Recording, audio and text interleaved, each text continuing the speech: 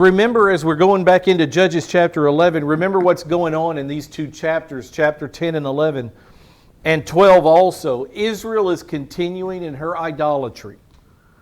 They're walking away. They're abandoning the worship of Yahweh, the God of Israel, the only God, the one we call Creator God. He's the only God that's ever existed. And Israel has walked away from their relationship with Him, and they are worshiping false gods, gods that don't exist. That is the crux of what idolatry is.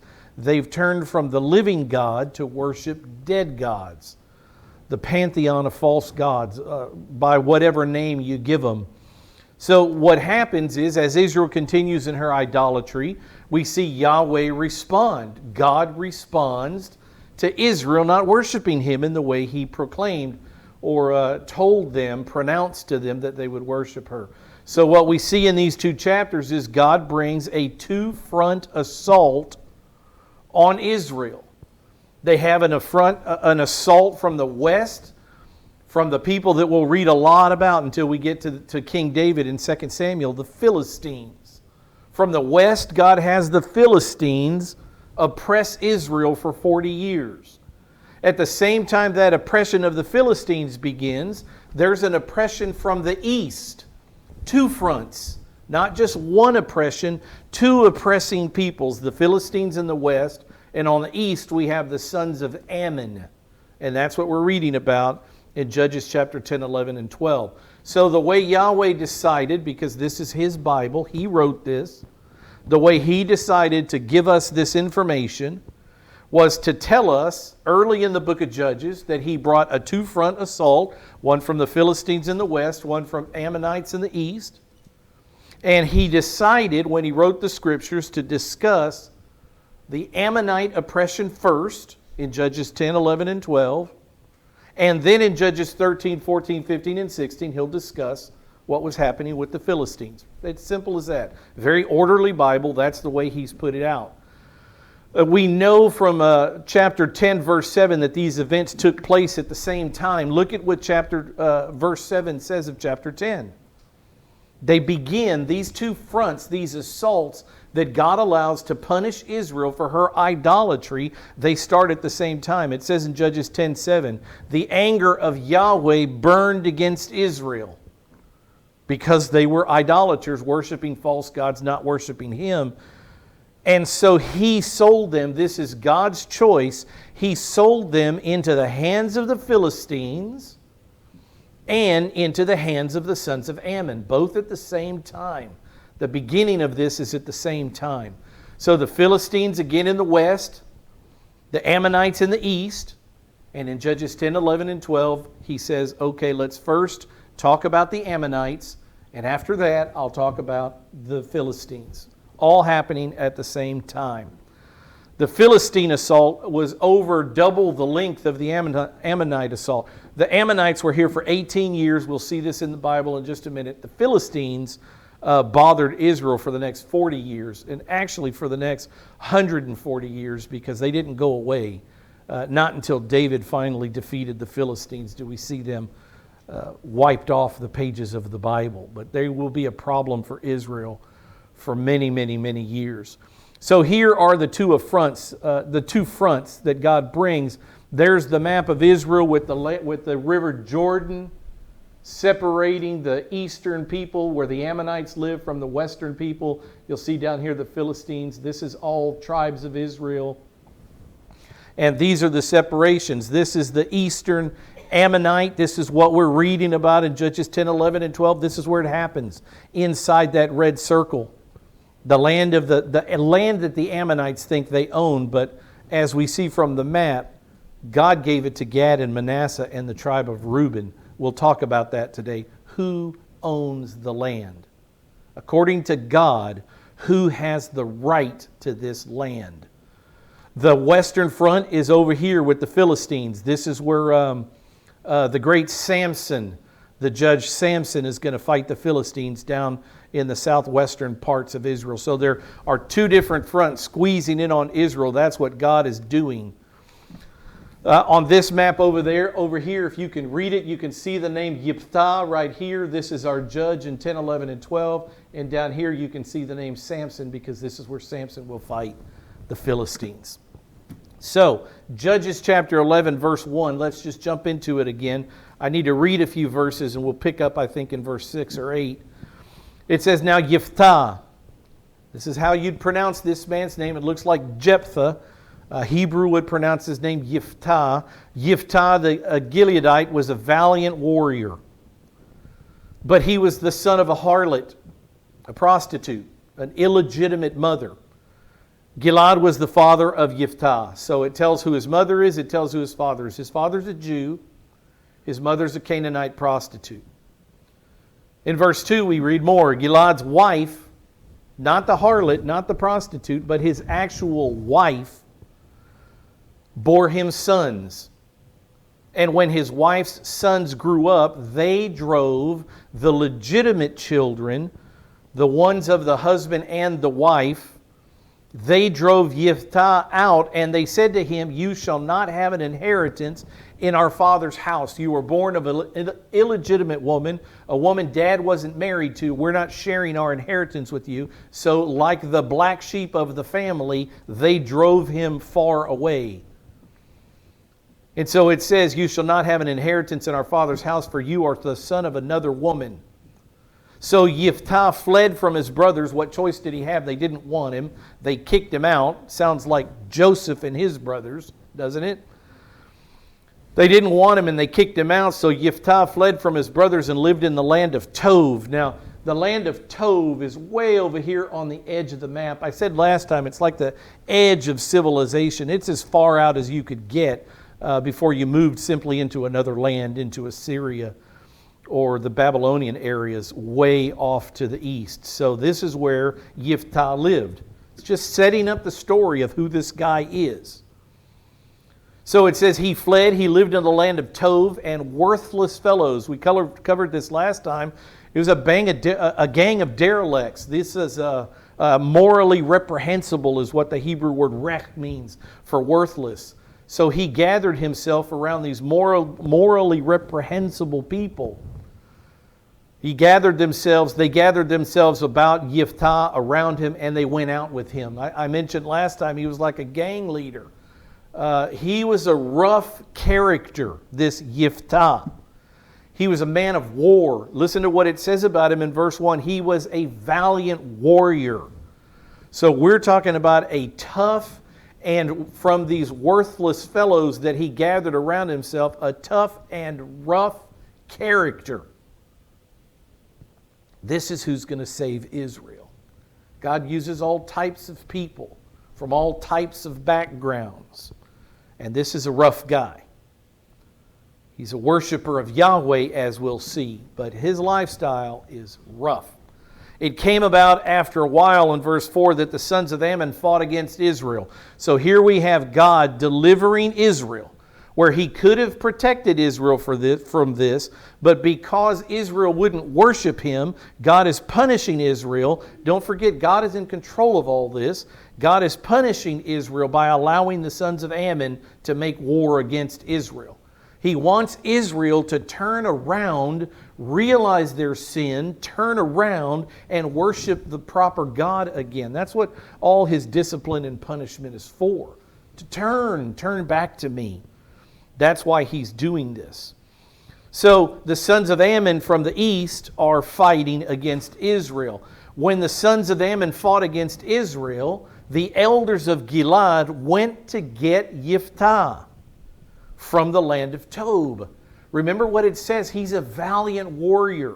And the men, no doubt his brothers included, Yiftah's brothers are included in the elders. The men are realizing we have sent away from us the only man who can lead us in battle. We've got to eat crow, brothers, and go get Yiftah. He's the one. He's a warrior. He can do this. And none of us can pull this off. So they have to realize the weakness in their judgment of this man and casting him off for however many years it was. And they go back groveling to Yiftah, as we see in the story, And this is what they said to him. They said to Jephthah, "Come and be our chief, that we may fight against the sons of Ammon. If you don't lead us in this battle, we've got no one to do it. They will destroy us." Remember, the Ammonites have been defeating or oppressing Israel for 18 years now. And so finally they realize our false gods, the worship of the false gods doesn't help. The false gods have not been able to deliver us from the sons of Ammon. So they call on Yahweh to do this, and they call on Jephthah, the valiant warrior that they dismissed as not worthy of being in their family before. Now they're going back to Jephthah, all of them. So one thing to note before we keep going, Yahweh's raising up this particular judge in a different way than He raised up the other judges. Remember, so many of the other judges, God would start it. God would show up as the angel of the Lord, or God would speak to them, and they were chosen directly by God. He let it known that He was raising them up so that they could deliver Israel. In this situation, we have a different thing that God is allowing in these men of Gilad, these elders, some of them, of course, the brothers of Jephthah, going to him and realizing he's the only guy for the job. So God is clearly lifting him up to be the leader, but He's doing it in a way that He hasn't done before. He's letting men come to their senses and realize who the right guy for the job is. Verse 7 says, "Then Jephthah said to the elders of Gilad," so they've made him an offer. The elders of Gilad have made him an offer. "If you will come and fight the sons of Ammon for us, we will make you our chief, our leader, our ruler." There's the offer. It's on the table. So Jephthah says this to these elders of Gilad who've come to find him in Tov. He says, "Did you not hate me? I mean, why all of a sudden are you in Tov? Why have you made this trip? I'm the one you hate." I love this. He doesn't let them up. He gives them the history lesson. He tells them what occurred. He says, "Did you not hate me and drive me from my father's house? It could be that you didn't have to come to Tov at all. I could be living in my father's house with you. But I'm not, because years ago I was unworthy, unqualified to be in your presence, and you drove me off from the land. And here you are. Look at that, begging me to lead you. Did you not hate me and drive me from my father's house? So why have you come to me now when you're in trouble?" Isn't it always when we're in trouble that we come crawling back to God, pleading for something? The pattern, there's nothing new under the sun. The pattern is alive and well in the Scriptures. Sounds so similar to the way Yahweh responded to Israel earlier in this situation here. When Israel calls on God this time, remember that God says, "Hey, what about all the false gods? I mean, you abandoned me. You completely abandoned worshiping me, and you're worshiping all these false gods. Why all of a sudden are you coming back to me when you're in trouble?" It's exactly the same sentiment that Jephthah says here. I wasn't worthy then. Why am I worthy now?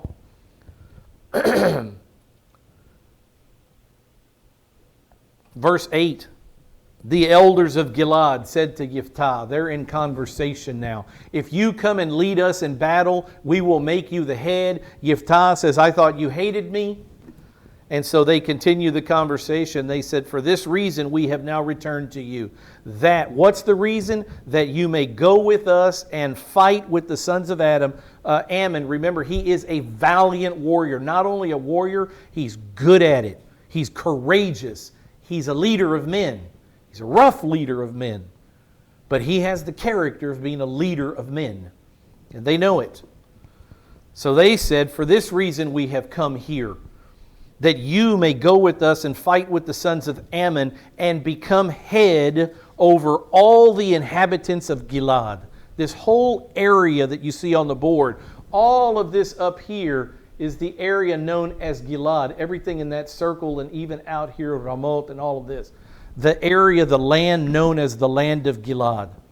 And so they are offering this outcast the rulership of this entire area of Israel. They were proven wrong. They're eating crow here. They were proven wrong by sending Jephthah away in disgrace so many years earlier. You can see from the story, you have to ask the question, who is disgraced now? You can't defeat the sons of Ammon. You don't have a man to lead you. You're worshiping all the false gods, thinking they can help. And for 18 years, I've watched the struggle from outside the land, looking back in from Tov. I've watched the struggle, and the Ammonites destroy you for 18 years. And now, look whose doorstep you're at. Very interesting. It took 18 years. I wonder how many of those years they were thinking, should we go get Jephthah? Should we go get Jephthah? Should we go get Jephthah? No. And finally, goodness gracious, we've got to go get Jephthah.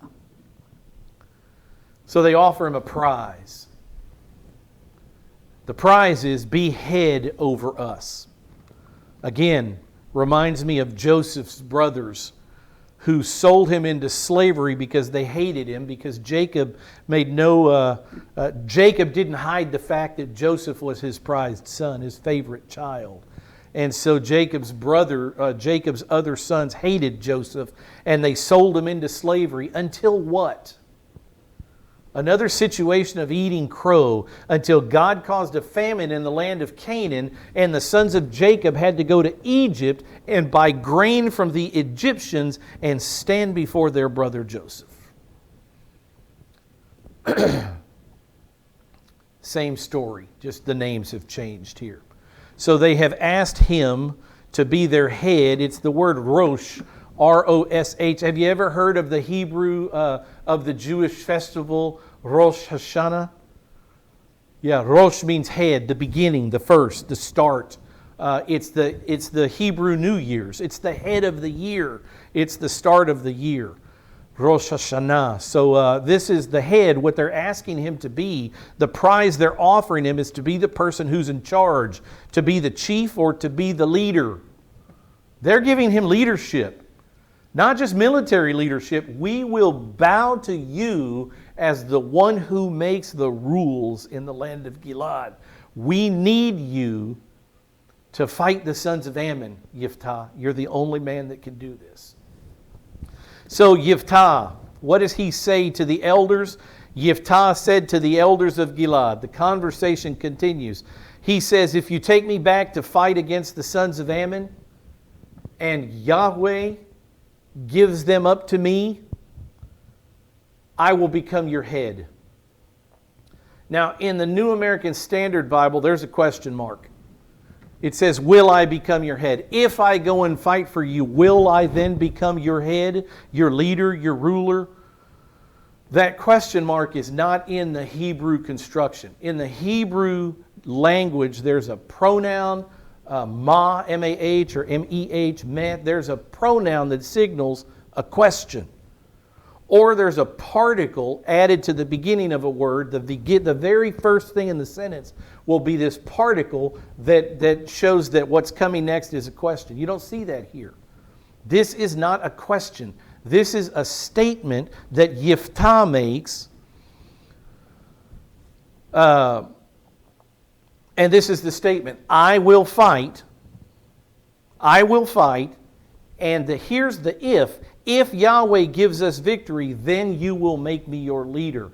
It's a clarification and a repeating back of Jephthah, what the sons of Gilead have told him.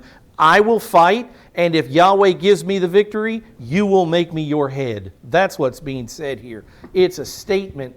It's a conclusion, a concluding statement where Jephthah says, you've got a deal. I will fight. If Yahweh decides to give us victory, you'll make me your leader. There's no question mark here. There's just not in the Hebrew construction. My New American Standard, just to give you some Bibles, my New American Standard has a question mark. The New King James has a question mark. But the English Standard Version, the ESV, no question mark. They understand it for what it is. The Net Bible, the New English Translation, no question mark. The Holman Christian Bible, no question mark. So I'm just telling you, the Hebrew construction, this is not a question. It's not formed like a Hebrew question. It's a statement.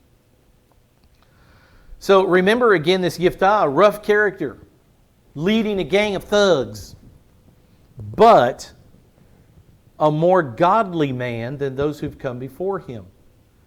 Do you know that in the 20-something chapters of the book of Judges, no one utters the name Yahweh more than this man, Yiftah? They're not a single, not Gideon, not anybody else, not Samson, not Deborah, not anyone utters the name of Yahweh, the focus on Yahweh. No one utters this word, this name for God, Yahweh, more than this rough character, Yiftah. He knows who's in charge. He knows that it's Yahweh. And he knows that success in this battle, this 18-year-long battle, Yiftah understands clearly, if Yahweh doesn't give the victory, you won't win, and neither will I. Yahweh only provides the victory. You've been worshiping false gods for 18 years, and you have not gained victory. You've come back to me, crawling to me for help, and I'm telling you, if Yahweh doesn't give the victory, there will be no victory. We will continue under the thumb of the sons of Ammon. Rough character, leading a bunch of morally reprehensible people. I'm not saying that's a good thing. I'm just telling you that's the truth of this man. That's who he is. But even in his roughness, he calls on the name of Yahweh over and over in this book. Again, Yahweh uses all types of men. Verse 10, the elders of Gilad said to Yiftah, the Lord is witness between us.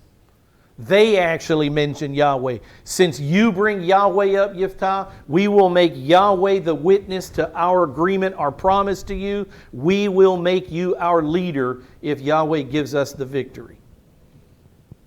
He's already had influence on people that weren't worshiping Yahweh. Don't miss that. It's so easy to miss that fact and just flow over verse 10 and miss the fact that this man Yiftah, this character that they cast off, has already had a positive spiritual influence in their lives. They've been with him a matter of minutes, and they're speaking the name of Yahweh, where for years they have not called on Yahweh for anything. God said, you abandoned me. Why should I help? And Yiftah here already has the leaders of Israel calling on the name of Yahweh, the name of the Lord. Yiftah went, so the elders of Gilad said to Yiftah, Yahweh is witness between us. Surely we will do as you have said. So the leaders offered Jephthah, now Yiftah, this formal covenant agreement. It is as we said, it is as you said, and Yahweh himself will be witness between us. Then Yiftah, so the deal has been made. Yiftah will lead them in battle. He will be their leader. Yiftah went with the elders of Gilad. They left Tov, and the people made him head and chief over them. And Yiftah spoke all his words before Yahweh, the Lord, at Mizpah. Now, let me just say one thing about Mizpah. If you look on this map right here, this is, you can see right here in the middle, if you can see it, Mizpah. I would call this Mizpah of Gilad. It's on the east side of the Jordan. The reason I say that is because this word Mizpah means watchtower. When Jacob came back from the north and met his brother Esau, they met here at Mizpah in this area. Let the Lord watch over the agreement that we've made. It means watchtower, where God watches. God is the one who watches. And so they've come to this place called the watchtower, where God is the watcher or the witness to what happens. And it's here in Mizpah that they make this formal agreement. I'm saying all that because there is a more famous Mizpah. Because it means watchtower where God watches, there are several of them in the land of Israel. The most famous is down here in the tribe, in the land that owned by the tribe of Benjamin. We'll come to that later when we get to Saul and some other stories. But this Mizpah, this watchtower, is on the east side of the Jordan River in the land of Gilad. So don't mistake it when you come to that name in other places. Oh, that's where where the book of Judges and Yiftah. No, they're different places. They're different places. So it means watchtower. And because of that, there are several of these places, the places where Yahweh is invoked as a witness. And so Jephthah, it says, Yiftah spoke all these words before Yahweh at Mizpah. So this formal ceremony to enact this covenant, they formalized this. And the leaders of Gilad made him their ruler, their head, their chief. And all these things were done as Yahweh, the one true God, was invoked as a witness. You watch what we're doing, and you make sure this happens. You keep me honest in my agreement, and you keep the sons of Israel honest in their agreement. So that's what's happening here. And in verse 12, Yiftah is now the leader. He makes his first decision as military leader and head over the Jews that lived on the east side. You can see here the tribe of Gad and Manasseh especially are the ones that are in trouble here with the sons of Ammon. So Yiftah's first decision as leader is to be a diplomat. Maybe we can talk through this. Maybe there's something that the Israelites just don't understand about what has angered the king of Ammon, and maybe there's something that's legitimate that we need to, in a diplomatic way, talk about this. He doesn't immediately gather the army and go into battle. Diplomacy is not a negative thing. But when diplomacy doesn't work, you've got to take up arms. And so the Bible speaks of these things. Here we get this idea of diplomacy. Let's talk before we pick up arms. But make no mistake, there's plenty of picking up arms in the Scripture. We'll see it in just a minute. So what does Yiftah do first? He calls to the king of the sons of Ammon and he says, "What is your problem? What is between us? Why an 18-year war? What is the fight about?" And he's been away at Tov, remember, way out there on the edge of civilization. It makes sense that he needs to find out what we're fighting for. So in verse 12, Yiftah, the leader of the Jews, at least the Jews on the eastern side of the Jordan River, Yiftah sent messengers to the king of the sons of Ammon. And this is what he said: "What is between you and me? What has caused this war? What is between you and me that you have come to me? You are coming to me. You are picking this fight. Why is it that you have come to fight against the Lord?" And the king of the sons of Ammon said to the messengers of Yiftah. Yiftah wants a question answered. What's the problem? The king answers, "This is the problem." And look at what the problem is. "Because Israel took away my land." It's a land dispute. Sound familiar? For Israel to have a land dispute, who owns the land? Does Israel own the land? Do another people own it? It's a land dispute. And the fight is, and the king of the sons of Ammon says, it's because Israel, the reason I'm coming to you in battle, the reason I'm willing to put our sons on the line to die to defend this land, to take it back, is because you, Jews, are thieves. You stole this land from us. Is there anything new under the sun? Or is that the exact same verbiage that Israel hears today? You stole the land. You don't own the land. You don't have a right to be in the land. Same thing. It's because Israel took away my land when they came up from Egypt. And here is the land in question. From the Arnon River as far as the Yabok River. I'll show you those two rivers in just a second. Well, I can show them to you on this map. There's a better map coming in a minute, but the Arnon River is down here, and the Yabok River comes up in here. So this area in between the rivers, right here, it says Gilad, the land of Gilad, this is the area that the king of Ammon says Israel stole it from us. It was our land. You intruded in our land. You occupied our land, and I want it back. That's the fight. This land between these two rivers. Maybe I have it right here. Oh yeah, here we go. Look at the rivers. It's labeled here, Arnon River. Here's the river right there.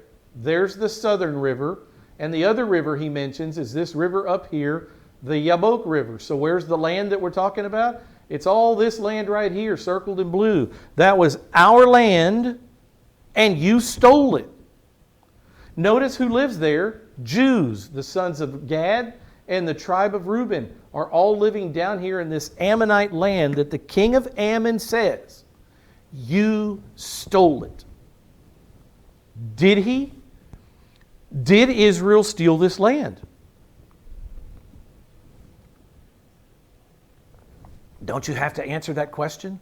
Don't you have to go back into the Bible and say, is this guy right? Did Israel steal this land? Same question we have to ask today. What's the name of the people today that are claiming Israel stole their land? The Palestinians. There's nothing new under the sun.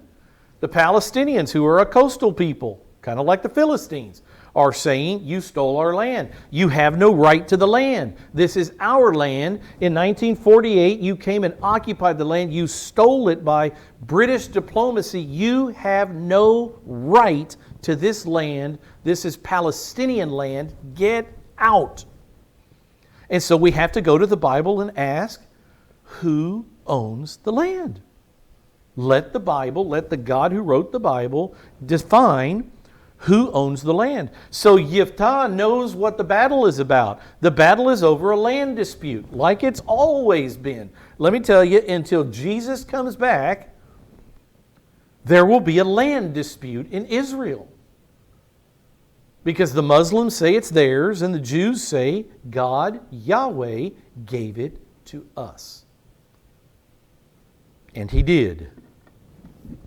So there's the issue. Who does the land of Canaan belong to? This land, not the land of Canaan, but this Ammonite land where Gad and Reuben and some of the tribe of Manasseh surely have gone into it, where these three tribes are living, who has the right to the land? And the sons of, or the king of Ammon says, I own the land, we own the land, you stole it from us, and we're here to get it back. That's why we're here. How can you prove who owns the land? How can we right now this morning prove who owns the land? How did Yiftah prove who owned the land? He went to the record. He went to history. He gave a history lesson. And I know some of you think, oh, Rick's going to give a history lesson. No, it's not me. It's God through this judge Yiftah. He gives the king of Ammon a history lesson to tell him, you don't own this land, buddy. God gave it to us. And we'll fight to the death to keep the gift that God gave us. Look what he says. Verse 14, it says, Yiftah sent messengers again to the king of the sons of Ammon, and this is what the messenger said. Thus says Yiftah, Israel did not take away the land of Moab, nor the land of the sons of Ammon. We didn't steal anything. The king of Ammon says, you stole it. Yiftah says, no, we didn't. And so he begins a history lesson, a Jewish history lesson for the king of Ammon. Let me tell you how we got to be where we are. Let me show you, because you said when we came out of Egypt, that's when we stole the land. Let me take you back into our Jewish history and explain to you how we came to live in the land of Gad and Reuben and Manasseh. And he begins with the history lesson. Let me ask you a question. Is Jewish history important? Well, God thinks it is, because the Old Testament is a book of what? Jewish history. Matthew, Mark, Luke, and John were written in the age of Israel. They are a book of what? Jewish history. The book of Revelation, starting in chapter 6 all the way to chapter 19, is a book of Jewish, one day it will be Jewish history. Right now it's Jewish future, but it's Jewish. God tells in narrative style the story of Israel for most of this Bible of ours. Remember, the New Testament is this little bitty chunk over here. The Old Testament that tells the history of Israel is most of this Bible. Is Jewish history important to God? He spent a lot of time discussing it with us, teaching it to us. So Jephthah's point, Jephthah, his point in the history lesson is that Ammon has no claim over this territory. That's why he's giving him this lesson. He is in diplomacy mode. He is speaking. He's not trying to start a fight. He's trying to get them out of a fight by diplomatic means. Let's look at the facts. Let's set emotions aside and let's look at the fact. Let's look at the historical record. So that's what he does. Ammon has no claim on Israel's territory in the Transjordan on the other side, on the east side of the Jordan River. And the reason is, before we get through it, I'll tell you the reason, because Yahweh gave this land to Israel through military conquest. Israel defeated people in battle, and to the victor go the spoils. And God gave this land to Israel through military conquest. Before we go into verse 16, let's start with another fact about the land of Gilad, the land that's circled in blue there, where these 3 tribes of Israel lived. It did used to belong to Ammon. You say, what? It did used to belong to Ammon and to the king of Moab, as I'll show you in just a minute. This land used to belong to the Ammonites. So when the king of the sons of Ammon says, this is our land, it's not completely false. It used to be his land. But it's not anymore because of a war that took place where Israel was not involved, but that land changed hands because of a war, again, that Israel was not involved in. This land used to be Ammonite land, but it's not anymore. Again, when you win in battle, to the victor go the spoils. And so now we can read verse 16. He starts the history lesson. When Israel came up from Egypt, you can read that if you want to write it in the Bible in Exodus chapter 12. When Israel came up from Egypt, and Israel went through the wilderness to the Red Sea, you can write Exodus 14, the Red Sea account, and came to Kadesh, you can write Numbers chapter 20, that's where that's written about. It's a history lesson. And the Bible is a history book. So you can look at all these verses, you can go back and prove all of this through the stories that Yahweh tells through the Bible, the historical accounts he writes down, a perfect historian.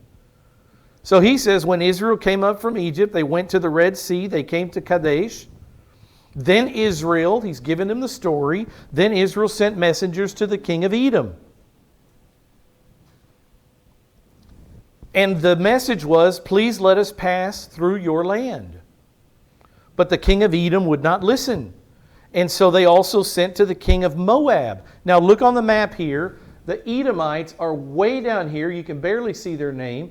So Israel is down here trying to come up through the land of the Edomites, through the land of the Moabites, so that they can cross the Jordan River and enter into the land. This is the way God was sending them. They sent letters to the Edomites. Let us go through your land. They said no. They sent messengers to the Moabites. Let us go through your land. They said no. That's what he's telling them. They said no. And look what it says. They sent to the king of Moab, but he would not consent, so Israel remained in Kadesh. He continues the history lesson in verse 18. Then they went through the wilderness and around, look at what it says. Is Israel stealing land from anybody? They went around the land of Edom. Why did they do that? Because the king of Edom said, you won't pass through my land. And it says in verse 18, and they went around the land of Moab. If Israel was this power-hungry group of people just sucking up all the land they went through, they would have gone right through the land of Edom and right through the land of the Moabites and not cared what they thought. But they didn't do that. They obeyed. They obeyed and respected the wishes of the king of Edom. So they went all this distance around Edom They went around the land of Moab, a tremendously long distance, just to keep peace with the neighbors. They're cousins. Edom is Esau, the brother of Jacob, the twin brother. These are all cousins. The Moabites, the sons of Lot, the nephew of Abraham. The Ammonites, the sons of Lot, the nephew of Abraham. These are all cousins, they're family. So they went around, it says. Jephthah is giving them the lesson here. We were told we couldn't go through the land, so we didn't. We went around the land of Edom. We went around the land of Moab. We came to the east side of the land of Moab, and then they camped, the Jews that were there. They camped beyond the Arnon, the river. Here's the Arnon. So they camped over here in this area. He's bringing up the Arnon because that's the problem. The land between the Arnon and the Yabok River, that's the land that's in question. So he's telling them how Israel came to be there. He said, we came around the Arnon, but they did not enter the territory of Moab, for the Arnon was the border of Moab. So the Arnon that slips down here, that's the border of the Moabite. Israel didn't cross that river. They stayed over here. They were perfect gentlemen in the way they handled themselves when they were on their march to the land of Canaan, the promised land. Now, I want to show you a couple of verses. This, by the way, is the river. The river Arnon is in the valley between these cliffs. Very rugged land. It's hard. I like showing pictures like this because if you can't imagine what we're dealing with, you just don't get it. This is rugged land. This is where all these things took place. So, why did Israel obey the Edomites and why did Israel obey the Moabites? Why didn't Israel go through this land? In Deuteronomy chapter 2, Moses says this. Before any of this happens, in Deuteronomy chapter 2, verse 3 through 5, you will pass through the territory of your brothers, the sons of Esau, who live in Seir. This is Edom. Esau's name was also Edom, same person. Edom, Adom, means red. Remember, he ate the red stew that he bought from his brother, and he was ruddy complected. He was a red man, very hairy. Esau was, so his nickname was Edom, which means red. And so this is the land of Edom. And God, through Moses, says, you're going to pass through the territory of your brothers. Notice brothers, this is family. You'll pass through the territory of your brothers, the sons of Esau, who live in Seir, and they will be afraid of you. So be very careful, do not provoke them. This is God through Moses giving Israel a rule. Don't touch them. He said, so be very careful, do not provoke them, for I, listen to what it says, I will not give you any of their land, even as little as a footstep, because I have given Mount Seir to Esau as a possession. So God says, I am not giving you the land of the Edomites, I've given it to them. In Deuteronomy chapter 2, just a couple of verses later, he says this, then Yahweh said to me, this is Moses speaking, Yahweh said to me, do not harass Moab, nor provoke them to war, for I will not, again the same thing, I will not give you any of their land as a possession, because I have given Ar to the sons of Lot as a possession. God says, I'm not going to give you this land. I've given Edom to the sons of Edom, the Edomites, the Esau people. I've given Moab to the Moabites. And you say, boy, this doesn't look good, Rick. I hope you have a conclusion here. Keep looking at what the Bible says. Same chapter, a few verses later. Moses, continuing to get this word from God, he says, when you come opposite the sons of Ammon. Who are we talking about in the book of Judges? The sons of Ammon. And who has the rightful ownership to the land? He says, when you come opposite the sons of Ammon, do not harass them nor provoke them, for I will not give you any of the land of the sons of Ammon as a possession, because I have given it to the sons of Lot as a possession. Do you see a problem yet? God says the land belongs to the Moabites, the land belongs to the Edomites, and the land belongs to the Ammonites. What name is left out? The Israelites. And here the king of Ammon says, this is our land. And if God had stopped at Deuteronomy 2:19, what would you have to say? He's right. Israel should have never taken that land. Israel, Gad, and Reuben shouldn't live in that land. God gave that land to the sons of Lot as a possession. Thank goodness that the Bible doesn't end there. Hundreds of years go by between this event and, remember, the book of Judges takes place over a 300-year period. We're at least 300 years away from this event, and human history has rolled on and things have changed. And what has happened is that there has been a war. So Israel, when they were led by Moses, they went around the land of Edom, they went around the land of Moab, they went around the land of Ammon. They didn't take any of it as a possession because God didn't give it to them then. But, so Israel didn't steal any land. Israel did exactly what they were told to do. They went around the land. Yephthah is saying, we went around the land of Edom, we went around the land of Moab. So, again, the question is, so is the king of Ammon correct? And we have to keep reading to find out. Look what it says in verse 19. The history continues. More things happened. Yephthah keeps telling the king of Ammon, but more things happened. After these things that God told us, human history continued on and more things happened. And in verse 19 he says, Israel sent messengers to Sihon, the king of the Amorites. So now we have a new guy. God didn't say anything about the Amorites. He talked about the Moabites, the Edomites, and the Ammonites. The Amorites, whole different people. Let's continue the history lesson, he says. Israel sent messengers to Sihon, the king of the Amorites. You want to write in your Bible? You read that in Numbers chapter 21. That's where the story is. The king of Heshbon. So not only was he the king of the Amorites, but he was the king of Heshbon. And Israel said to him, please let us pass through your land to our place. What do you think he said? No.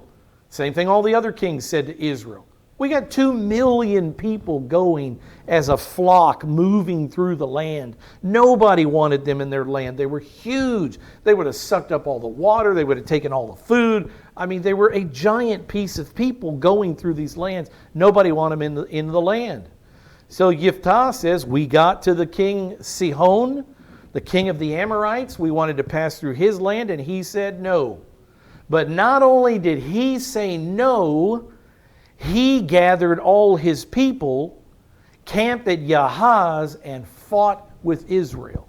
Oh, if you're going to fight against Yahweh's people, Israel, well, now the things are going to change. And look what happens.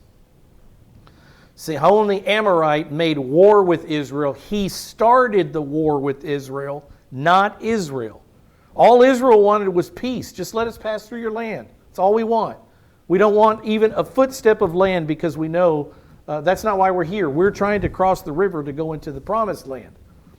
Sihon said no, and not only did he say no and wait for Israel to go around him like they did all the other nations, but he gathered his army and said, I will defeat you right now.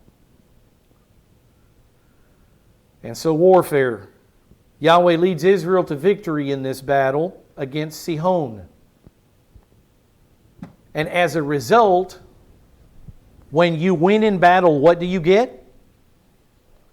You get the spoils of war. Look what the Bible says. Who owns the land? I'm going through this slowly because this is so important today about who has the right to be in Israel. And when we have land disputes in the Bible, we've got to stop and see, has Israel ever done anything wrong? Did they steal this land? We have to know our Bible so we can defend the Zionists in Israel. It says in verse 21, the Lord, Yahweh, the God of Israel, gave Sihon. Sihon raises up in battle. Israel defeats them because God gave Sihon and all his people into the hand of Israel, and they defeated them.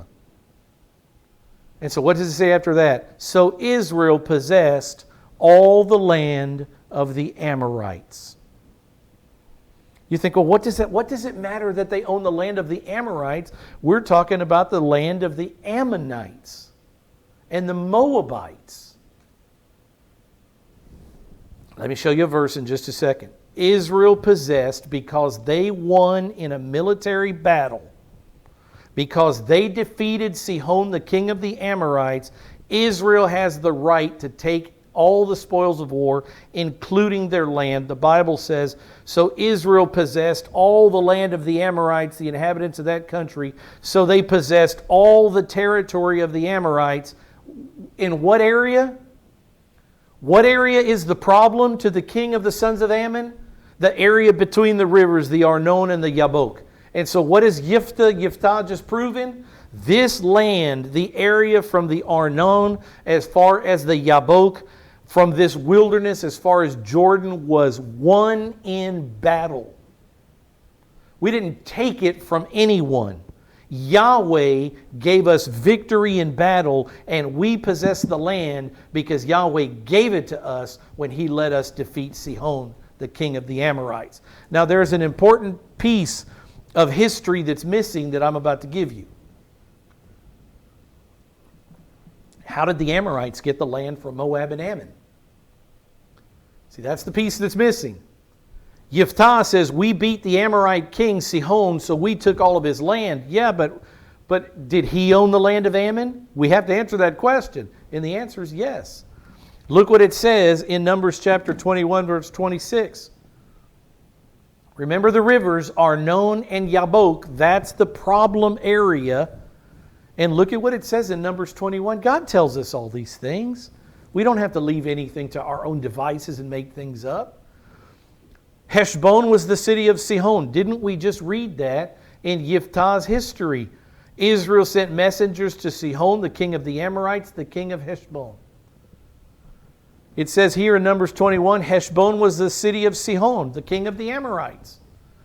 And listen to what the Bible tells us. Listen to this fact of history God gives us. Sihon had fought against the former king of Moab and taken all his land out of his hand. As far as what river? As far as the Arnon. There was a war that's not recorded in the Bible in which Sihon, the king of the Amorites, fought against Moab and Ammon, who were their neighbors and compatriots.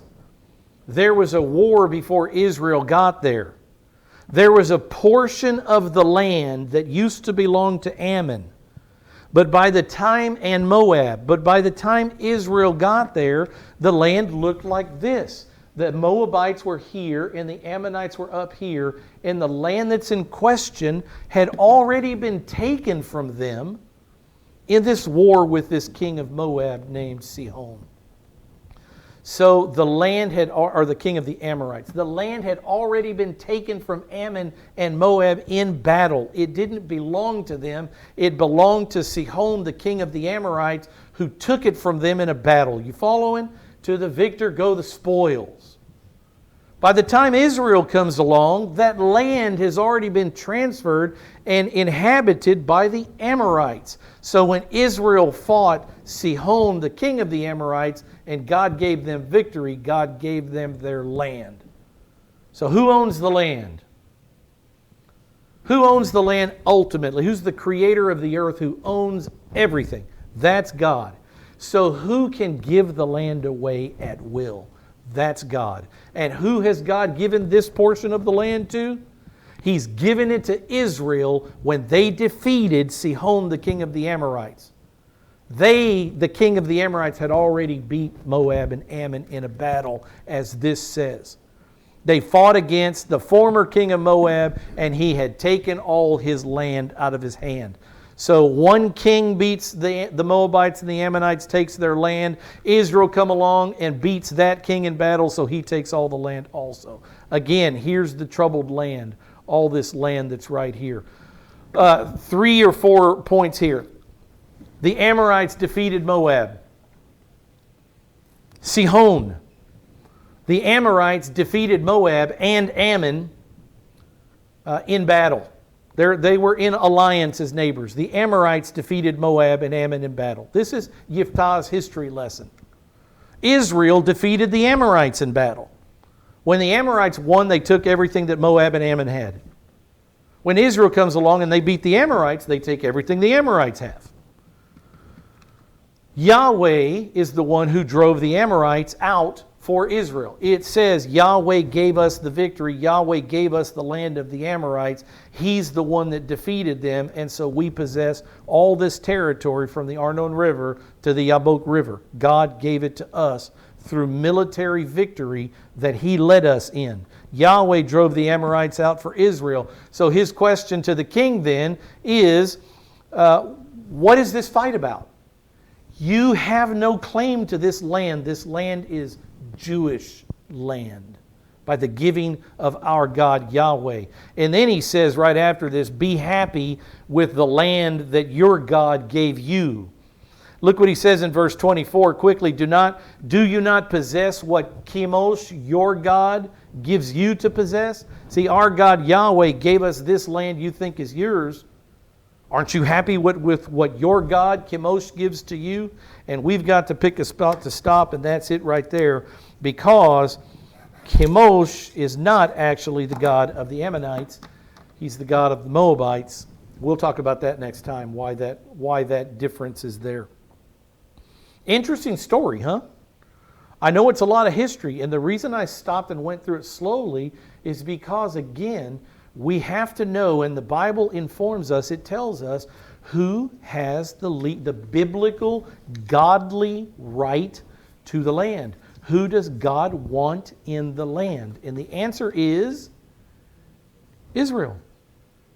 The answer is Israel. And we could go through the Bible in many, many different places and show how God gave this land to Israel. Let's close in prayer. Father,